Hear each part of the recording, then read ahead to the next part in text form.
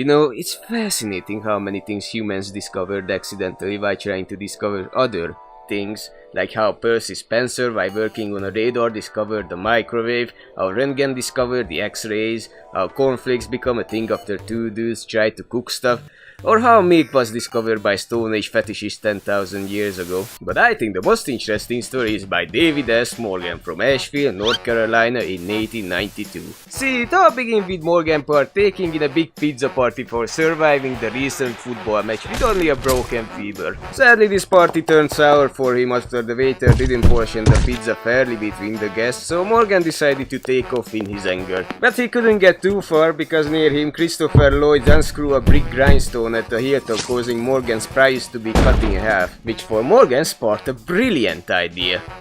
The script for the love bug. Nah, I'm just kidding. But it did lead to a game designer entitled saying, you know, this pizza and cutter is pretty great, but it needs more alien robots, spaceships and digital DOS sounds, don't you think? Sir, this is Walgreens. Greetings, ladies and gents, the name is Calypso and I graciously welcome you to my video. I think I don't need to introduce Taito, one of the biggest of the big shots at the early age of video games, flooding arcades with their content since the 80s, with titles such as Bubble Bubble, Arkanoid or Darius. They were a large part of the early gaming history. But if their name still doesn't ring familiar to you, they also made one somewhat well-known arcade called Space Invaders. They began their life as a trading company in 1953, importing lots of stuff into Japan such as vending machines, jukeboxes or vodka. Well, everyone has to start somewhere. But the company completely changed direction in 1973 when they jumped headfirst into the world of arcades, which was the road they take on from that point. They stayed on that road through this entire time, even after they got bought up by Square Enix. Yeah, no merger this time, turns out Square Taito Enix doesn't roll off the tongue as well. They even made an arcade game out of Left 4 Dead 2. They really thought, oh yeah, you know what this needs? Inconvenience! One of these titles they developed was called Kicks, and that is how you pronounce it. As you can see, this flyer is my testimony, they really cared about that. A puzzle arcade game made in 1981. In it, your character resides in the edges of this box. The objective is to draw lines and cut out portions of the area. You win once you claim 65% of the box, and of course you have to watch out for the enemies. If it touches your line while you're out, it's game over. The gameplay was simple, but it was pretty unique and an interesting concept from the rest of the arcade games, and it was quite a success. It even received a certificate of merit for the 1984's Best Video Game Audio Visual Effects for the 5th Orky Awards. I can attest for that, it's like putting your head in a microwave. The title spawned a sequel 2 years later, which added a new color scheme, and now you get extra life if you claim 19% of the area. Oh, calm down guys, you are about to revive the meaning of this word. In 1997, Super Kicks was released with actual artwork and music, but you still had the same goddamn enemy for 16 rounds. This cover art gives me anxiety, and please pay no attention to the background. The first game managed to squirm itself into other consoles as well, like the NES or the Game Boy, which actually featured Mario in a Mexican clothing playing the guitar for you. Why? I don't know, but this clothing returns as a wearable costume in Odyssey, which is wild. But you really want to know what's missing out of this game? Anime!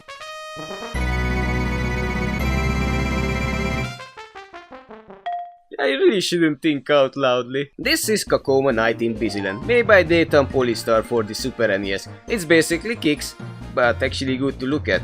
You can choose between 3 characters, and if you beat the stage you get some lovely artwork as a reward. This copy game certainly wasn't the only one. Kicks spawned countless clones after it, and many re-releases too here and there. There was Battle Kicks for the PlayStation, which even had multiplayer, and there was a game even on the Xbox Live Arcade in 2009. Kicks' premise was simple, but the gameplay was challenging, where the actions of the players had a great sense of risk and reward. Will you take your time fighting against the countdown, chipping off little pieces of the level one by one, or take a gamble trying to split the entire stage in half? But those graphics, oh boy, does it need a facelift. Even if you eat, sleep and breathe for vector graphics, just like Earwax, straight lines get boring real fast. Now if you waited eagerly in the next 8 years, I have great news. Also, I'm really sorry for you. In 1989, Taito released Volfied.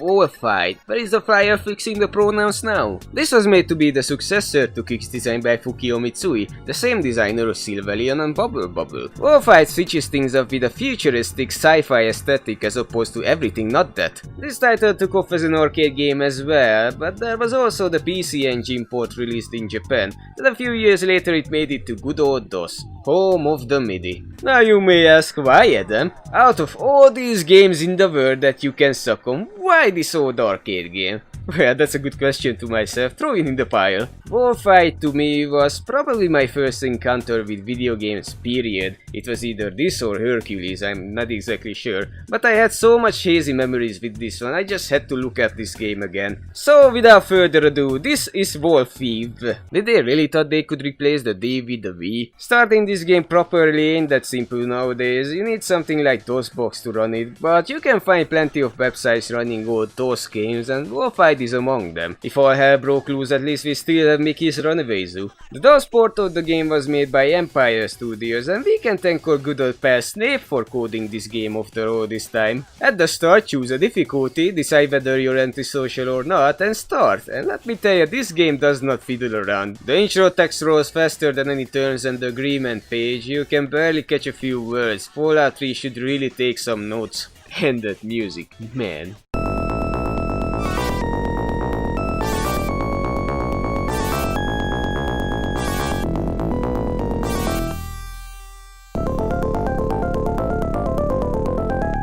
If you listen closely, you can even hear the end of the Soviet Union in the background. The story is about our guy who returns to his home planet Volfied after following a source signal. When he arrives, he finds it overrun by aliens. This place barely looks like a planet, looks more like a ball of hot plasma by now. You sure you wanna land there? So we have to use our ship, the Monotros, to eliminate the alien threat, next to a whole lot of midi sting. And here we are. Someone really cheaped out on the pest control budget. The gameplay is nothing far from its predecessor. It plays like kicks, it breathes like kicks, it pays its taxes like kicks, but with a few smaller or bigger differences. The most obvious is graphics. You thought this is the peak? Holy shit, are those shapes? This game has such an awesome art style with the 80s sci-fi aesthetics. From the enemies to the background, you'll even get a different art for the areas you cut out. Every run features a unique boss, paired with a bunch of smaller versions of them. This is your safe space. In this game there are no longer enemies on the borders you reside on, so as long as you stay in the line you are practically untouchable.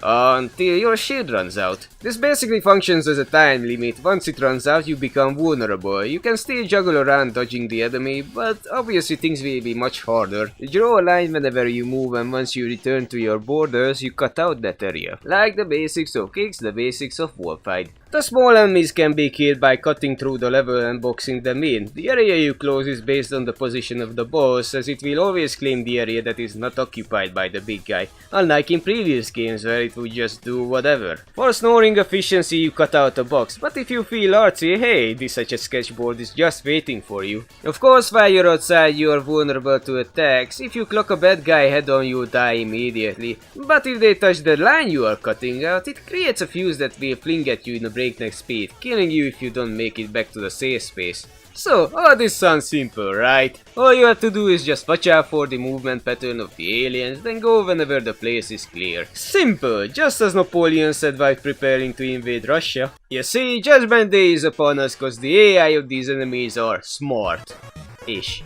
Well, not exactly, they just get really twitchy once you're outside and bolts towards you like the last liver pate in a retiree home. Look at these bastards, how am I supposed to move at all? They move so goddamn fast and I move so goddamn slow. The moment I peek my head out is the moment I consider signing a restraining order. There is for my entire area forcing me to just watch for half a minute. Now that's what I call player engagement. While this feature certainly adds a unique difficulty to this game, so to say, it also completely throws out all the forward thinking you would get with these titles. Watch and learn the enemy's movement pattern so you can move when it's the most advantageous. Nah, get bum rushed. It's all up to luck if you get hit by these guys or not. The only viable strategy you can use is to slowly cut out piece by piece the map whenever you think it's the safest to move. I mean, yes, it's still an option, but I'm just way too impatient to play like this. Oh, and the bosses can also shoot shoot at you. Sometimes they have a very telling pattern or bind up so you can see when they shoot, but mostly it's just random wank. They can also get small, I guess to fit on the ever shrinking area, because otherwise this would happen. Door stuck! Door stuck!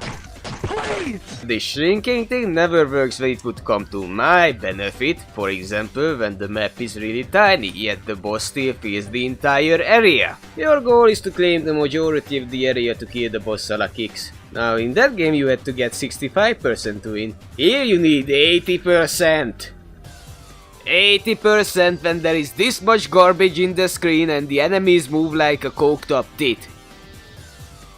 This is garbage. Every time I move, the enemy gets a blood cut in their eyes and get right up to my private area. I can move to the other side and try it there, but again, you move so damn slow and you just end up wasting your precious shield, and the enemy's pattern already resets by the time you reach that point. I guess you can use this for your advantage by making a trap and trying to bait the enemy into it, but their speed is just too ruthless for it to work most of the time. Once you finish a stage, you get some bonus points for each additional percentage of the areas you claimed over the 80%. Ah yes, points! You get some scores for all the stuff you do. They add up in your score table, and as you get more points, the game rewards you with extra lives. How much you need for that, you may ask? Every 10,000? 100,000? Nope, it's every step you make in decimal points. Well, I failed my programming class. This is an amazing way for the game to reward you nothing. Yeah, you get a life for the first 10,000 and the next time you reach 100,000. After that, don't even dream.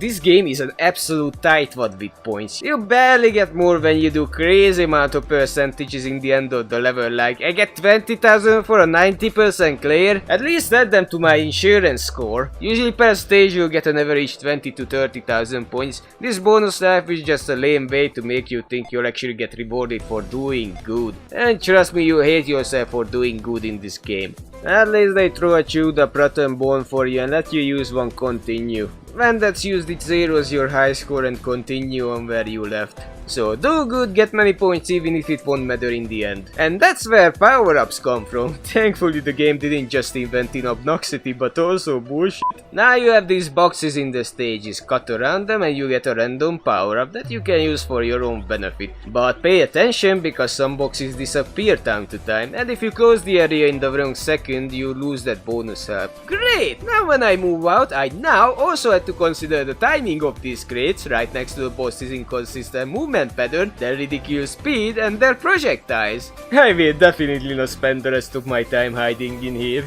Now once you do get them, that's when the fun part comes into the picture. Here, take a seat. These crates will literally decide if you're gonna beat the stage in 5 minutes or 5 seconds. I'm not joking, that's how absurd these power-ups are. Once you obtain them, you get a letter for the correlating power-up. Thank the sky for the alphabet. S gives you speed and oh my god, that's an improvement. On easy difficulty you move faster than the fuse can catch up to you. The only problem is it makes you more keen to run into the enemy. It's like swapping a Geo to a Ferrari, expensive mistakes will happen. Unlike in Super Mario 64, at least in the past decades, L is real here and it gives you a laser that lets you eliminate the small guys, making things a lot easier. P as in P out of my eye every time I get this power up. It stops the shield timer.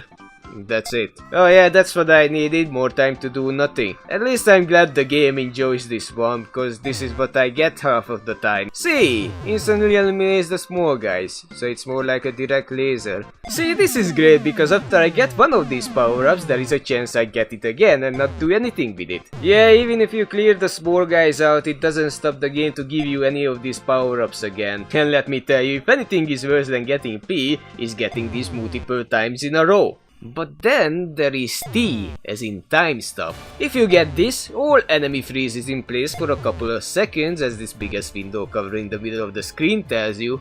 With this power up, I can beat the stage immediately. Not because I played around well, not because I outsmarted the enemy, but because I got lucky and got the best power up in the game. Actually, scratch that, the best power-up is what you can get in these red glowing crates, in which you could get the Super Blaster that lets you kill the boss instantly.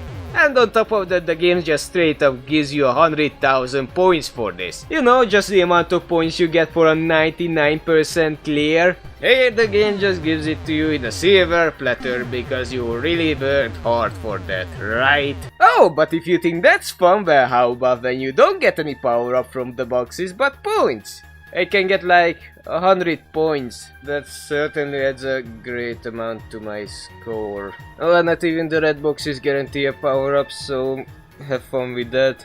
And that's why power-ups in Volfied are such bollocks. It changes the whole aspect of kicks where the right timings and reflexes are no longer what makes you progress. But instead just open these boxes and pray to Pythagoras it will give you that complimentary W. At least sometimes the boxes are placed in interesting ways, making the stages more unique by nudging you to play around these covers and trying to consume them in one go. Even if they tend to make things even more unpredictable, with the enemies having them bounce off of them in funny ways. But the design of the power-ups just buggers the gameplay down to a crapshoot, where it doesn't matter how well you play or how good your reactions are, but more so how lucky you can get.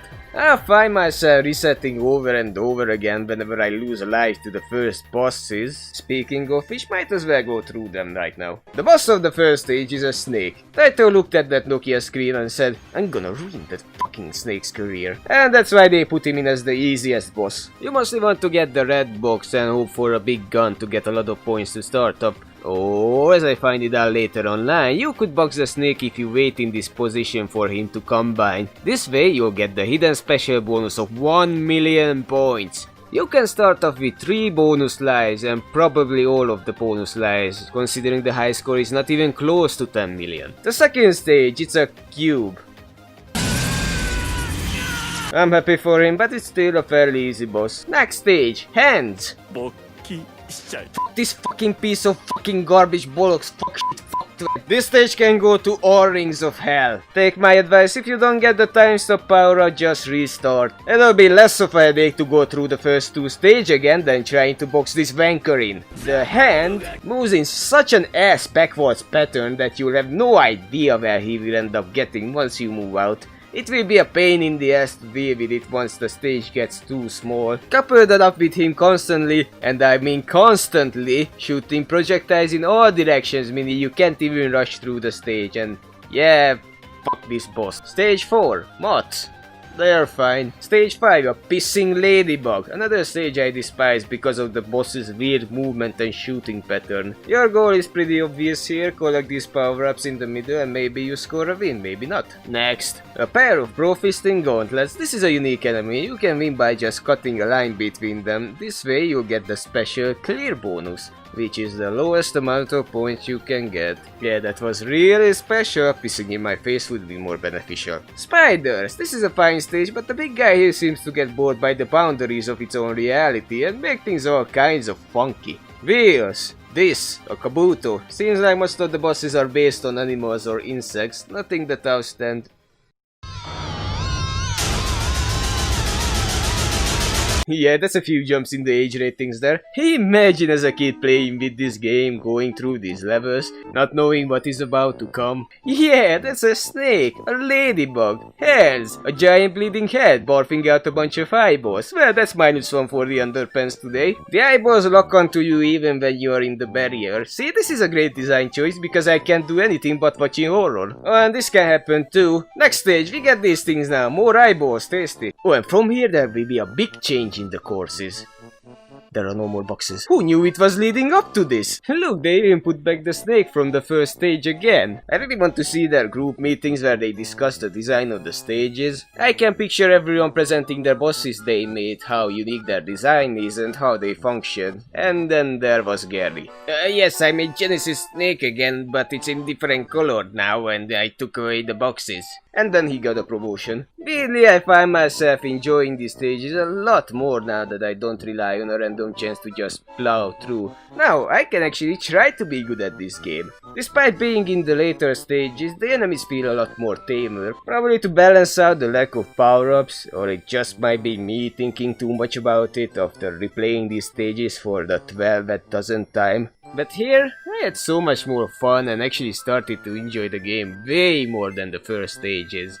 And it's over. Yep, it's one of those games. If you play on the pussy difficulty, you won't get to play the last stage. Is it rude to say I'm glad? You still get the ending, you just avoid the final stage. It sounds like more of a reward than a punishment. By the way, the last stage is the zombie again, but without the small guys or the boxes. Can't say I missed out on much. The ending is that you save the planet, but everyone is dead except one. So you save her and become the new Adam and Eve of this planet. So that's all it takes to get laid, huh? This is the greatest reward I could get after beating a game. Oh wow, you beat Bowser and saved Princess Peach and you didn't even get a kiss? What a loser! I got to start in the Old Testament and then have sex. So that was it. 16 stages and you can beat this game in 20 minutes.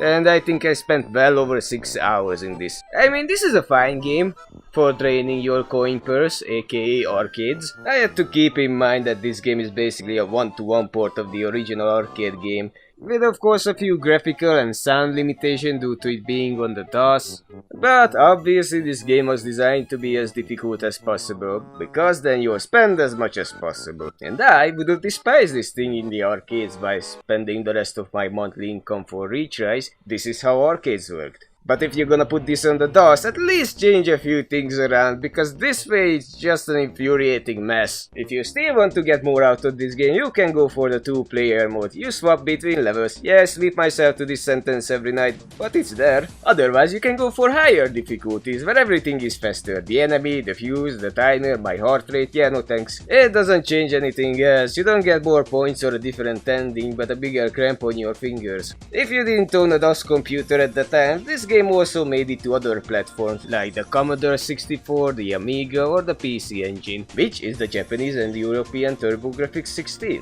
This version actually had a different art style too. The intro is actually watchable, you can see your spaceship lands at the start of the level, the UI got cleaned up and more sounds. Overall, this is not a bad port. And then there was the Genesis port, God save the Queen. They went back to their root with the naming of Ultimate Kicks. I guess they thought Kicks was a more recognizable name, but why name it Kicks now when the source of the game wasn't even named Kicks? So this port...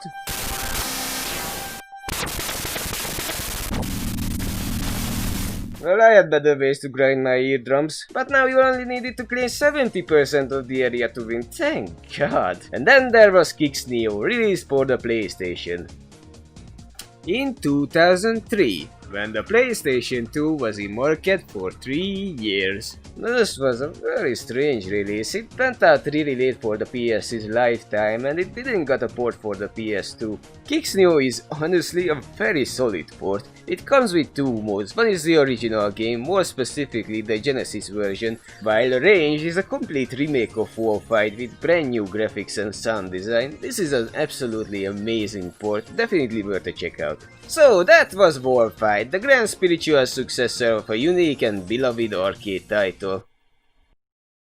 Yeah, I had a whole bucket of not fun with this game. I think it's just too arcadey to play on a home computer, the whole gameplay loop is obnoxious, the progress is built on luck, and only the last stages are what felt like I actually played something that I can affect. Not much reason to play with this nowadays, although it's clapping easy to try it with all the DOS websites out there. I rather recommend the later titles, especially Kicks Neo for the PS1. Well, can't say it rivets me to my core that Volfied was one of the first games I've ever played, but I can say this, it did help me go through my 2nd grade math lessons, especially geometry, but I couldn't for the love convince my teacher that the Pythagorean theorem was a hoax. Look at this, it moves in cross motion. Next you're gonna tell me this doesn't count as getting laid.